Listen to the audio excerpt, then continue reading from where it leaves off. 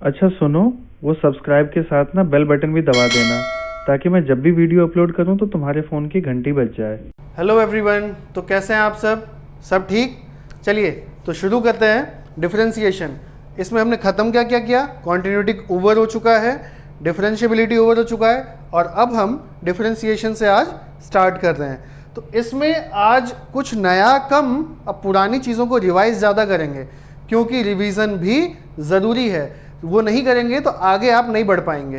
तो क्योंकि काफ़ी चीज़ें जो आज हम करेंगे डिफरेंशिएशन में, इस चैप्टर में करने वाले हैं, वो काफ़ी चीज़ें हम 11th में पढ़ चुके हैं। तो पहले उनको एक लेक्चर होगा रिकैपिचुलेशन का, उसके बाद जब ये रिवाइज हो जाएगा फिर हम आगे करेंगे। कुछ नया फिर भी होगा, ठीक है। चलिए देखिए, तो 11th क्लास में हमने क्या पढ़ा था, फर्स्ट प्रिंसिपल मेथड पढ़ा था, जिससे एक्चुअली में डिफरेंशिएशन होता है, और मैंने इसका ग्लिम्स आपको डिफरेंशिएबिलिटी में भी दिखाए थे, ठीक। इसको हम फर्स्ट प्रिंसिपल या एब इनिशियो मेथड कहते हैं, पता होगा, ठीक। इसको एफ डैश एक्स कहते हैं ना, एफ डैश एक्स मतलब डिफरेंशिएशन ऑफ एफ एक्स। इसको मैं डिनोट करता हूं इससे भी, D by D X of F x. तो एफ डैश एक्स क्या है, derivative, F dash x is the derivative of F x, या फिर यूं कह लीजिए, और differential coefficient of F x. मतलब एफ डैश एक्स जो है उसे आप डेरिवेटिव कहिए या एफ एक्स का डिफरेंशियल कोएफिशिएंट कहिए, एक ही बात है, ठीक है। तो यहां से हमने डिराइव किए थे कुछ रिजल्ट्स कि साइन एक्स का अगर मैं डिफरेंशिएशन करता हूं, इसमें यूज किया था हमने, तो कॉस एक्स आया था, कॉस एक्स का माइनस साइन एक्स आया था। तो वो प्री डिफाइंड रिजल्ट्स हर बार हम इससे नहीं निकालेंगे, अब हमें वो याद कर लेने हैं, और अब हम उसी प्री डिफाइंड रिजल्ट्स को हर जगह यूज करेंगे। और कुछ बेसिक रिजल्ट्स हैं जैसे कि D Y over D X of X raise to the power N. इसमें क्या होगा, एन आगे आ जाता था और X raise to the power N minus one, ठीक है। उसके बाद एन क्या है, constant, D Y over D X of trigonometrical ratios क्या था, साइन एक्स क्या होगा, cos X. We have already did these things in 11th class. Cos X का क्या हो जाएगा, कॉस एक्स का होगा माइनस साइन एक्स। उसके बाद टैन एक्स, टैन एक्स का क्या हो जाएगा, secant square X, I mean sec square X. फिर सेक एक्स का क्या होगा, बताइए, पढ़ा हुआ है आपने, सेक एक्स टैन एक्स।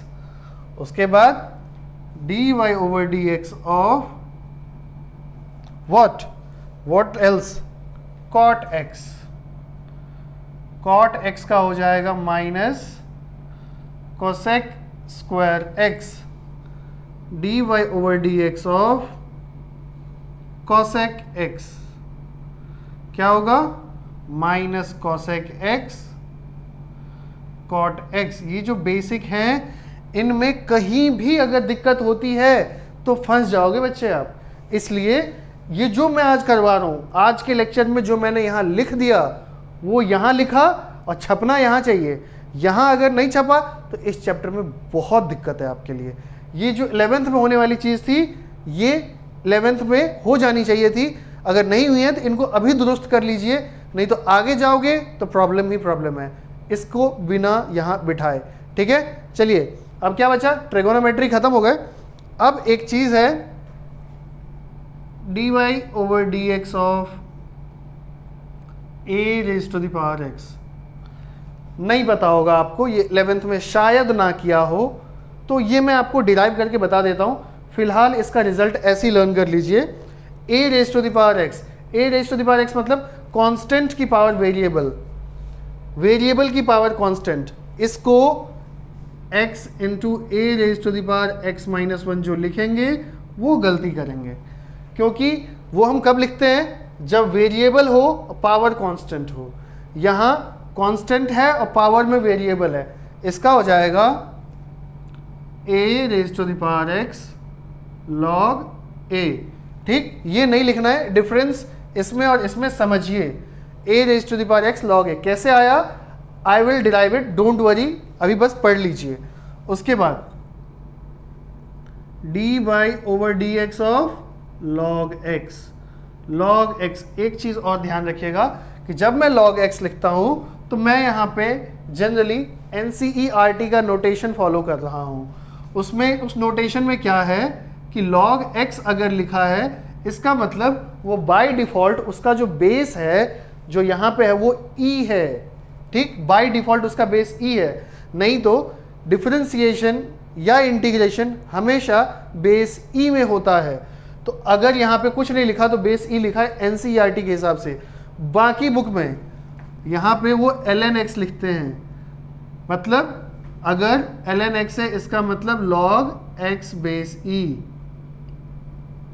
अगर बेस e है तो हम उसको ln x भी कहते हैं, मतलब इसको क्या कहते हैं, नेचुरल लॉग। और मैं अपनी बात फिर से रिपीट कर दूं कि डिफरेंशिएशन और इंटीग्रेशन में हमेशा बेस e में होता है ऑपरेशन।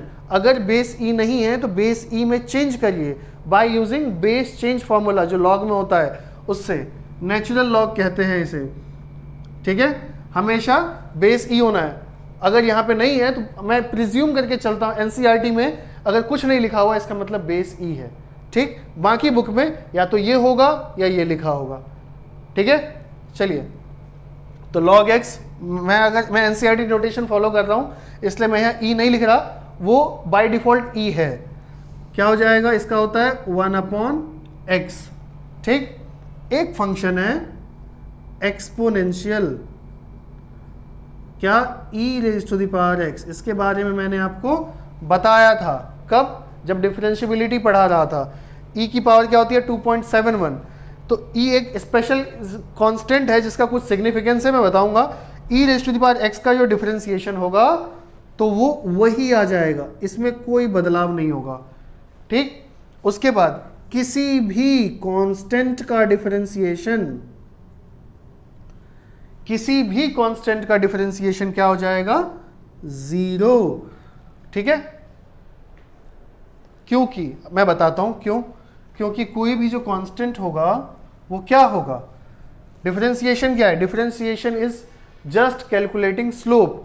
अब अगर कोई कांस्टेंट है तो वो क्या होगा, y इक्वल टू 2 कोई फंक्शन होगा। अब इसका स्लोप क्या होगा, जो लाइन x एक्सिस के पैरेलल होते हैं उसका स्लोप क्या होता है, 0।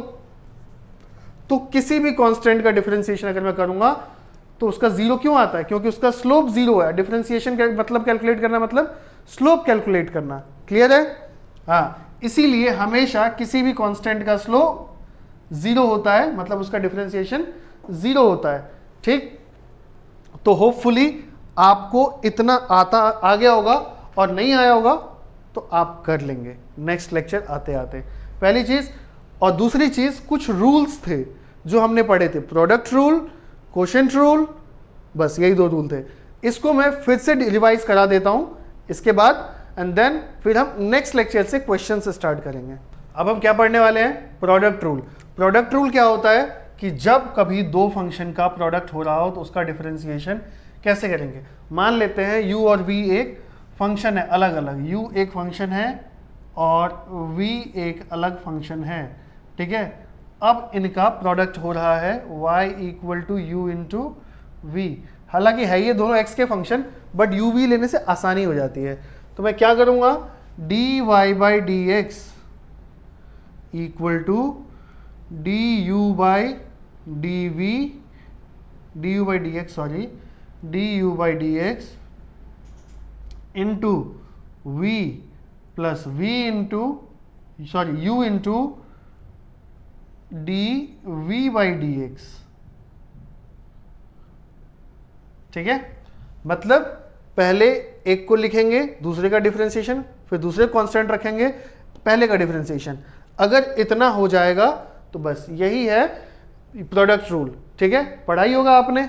और उसके बाद अगर आप पूछोगे सर अगर ये ऑर्डर गलती से चेंज हो गए तो मैं यही कहूंगा इसके बदले कि अगर ऑर्डर गलती से चेंज हो गए तो एडिशन में कोई फर्क पड़ता है क्या, नहीं पड़ता, तो ये ऐड ही तो हो रहे हैं दोनों टर्म, कोई फर्क नहीं पड़ेगा, ठीक है, उसके बाद आगे चलते हैं। आगे क्या है,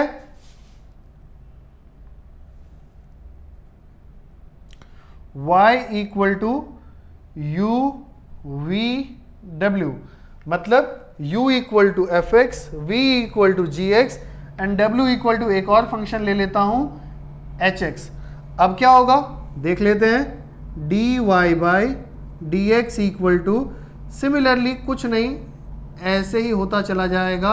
इस बार 2 को कांस्टेंट लेंगे, ठीक है, और 1 का डिफरेंशिएशन होता चला जाएगा।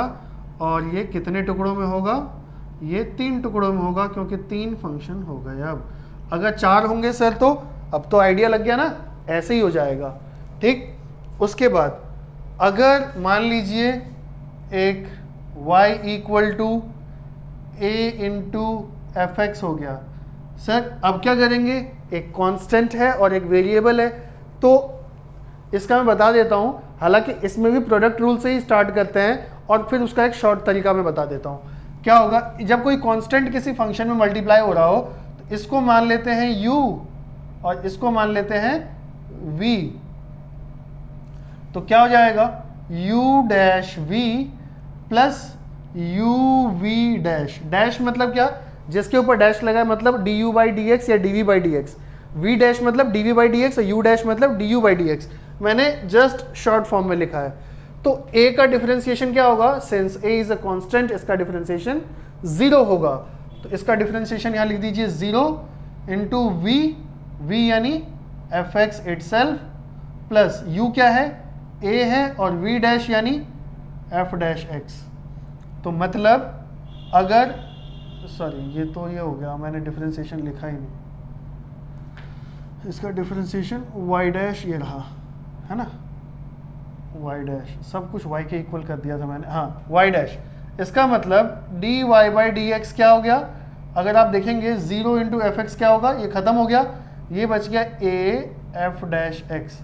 तो कहने का मतलब ये है कि अगर किसी कांस्टेंट से कोई फंक्शन मल्टीप्लाई हो रहा हो तो उसमें प्रोडक्ट रूल लगाने की जरूरत नहीं है, डायरेक्टली कांस्टेंट को बाहर ले लो और खाली किसका, फंक्शन का डिफरेंशिएशन करिए, क्योंकि आपने मैंने प्रोडक्ट रूल लगा दिया, हर बार यही रिजल्ट आएगा, क्योंकि कांस्टेंट कोई सा भी हो एक साइड तो 0 होगा ही जब कांस्टेंट का डिफरेंशिएशन होगा, तो इसलिए हर बार प्रोडक्ट रूल लगाने की जरूरत नहीं है। आप सीधे सीधे क्या करोगे, कांस्टेंट को आगे ले लो और इसका डिफरेंशिएशन करके कांस्टेंट से मल्टीप्लाई कर दो फिर से, ठीक। अब चलते हैं हम कोशेंट रूल पे। कोशेंट रूल क्या कहता है कि जब 2 फंक्शन डिवाइड हो रहे हों तब उसका डिफरेंशिएशन कैसे करेंगे, ये बताइए। तो ये 2 फंक्शन ले लेते हैं u और v। तो अगर मान लीजिए y equal to u upon v है, where u is the function of x and g is also the function of x, v is also the function of x, u equal to F X and v equal to G X, तो dy by D X क्या होगा। मैं simple तरीके से d by D X use नहीं कर रहा हूँ, डैश का इस्तेमाल कर रहा हूँ ताकि थोड़ी चीज़ें आसान लगे। अब क्या करेंगे, न्यूमरेटर का differentiation into denominator minus denominator का differentiation into numerator upon denominator का स्क्वायर। अब आप बोलोगे सर इसमें अगर मैं पैटर्न उल्टा हो जाए तो मैं बोलूँगा कि यहाँ पे दिक्कत है, क्योंकि 2 minus 3 is not equal to 3 minus 2, क्योंकि 1 और -1 इक्वल नहीं होते। यहाँ ऐड हो रहा था तो आप इसको चेंज कर सकते हैं, बट यहाँ सब्ट्रैक्ट हो रहा है, यहाँ चेंज मत कर देना गलती से, आपके मार्क्स चेंज हो जाएंगे, ठीक है, 3 मार्क्स मिलने होंगे, 0 आ जाएंगे सीधे। क्लियर है। तो ये है क्वोशिएंट रूल, जहाँ पे फंक्शन अगर डिवाइड होते हैं तो उनको ऐसे डिफरेंशिएट करते हैं। हालांकि इसमें बहुत कुछ नया नहीं था, थोड़ा सा बहुत नया था, बाकी सब आपका रिवीजन था। लेकिन अगर इसको रिवाइज कर लिया और ये सब आपको आता है तो डिफरेंशिएशन में मेरी गारंटी आपको कहीं दिक्कत नहीं आएगी, चाहे कितना भी टफ क्वेश्चन आ जाए। ठीक है, तो मिलते हैं नेक्स्ट लेक्चर से, क्वेश्चंस करेंगे इन्हीं पे बेस्ड। क्लियर है, बट थोड़े 11 से हायर लेवल। क्लियर है, ओके बाय, मिलते हैं नेक्स्ट लेक्चर में।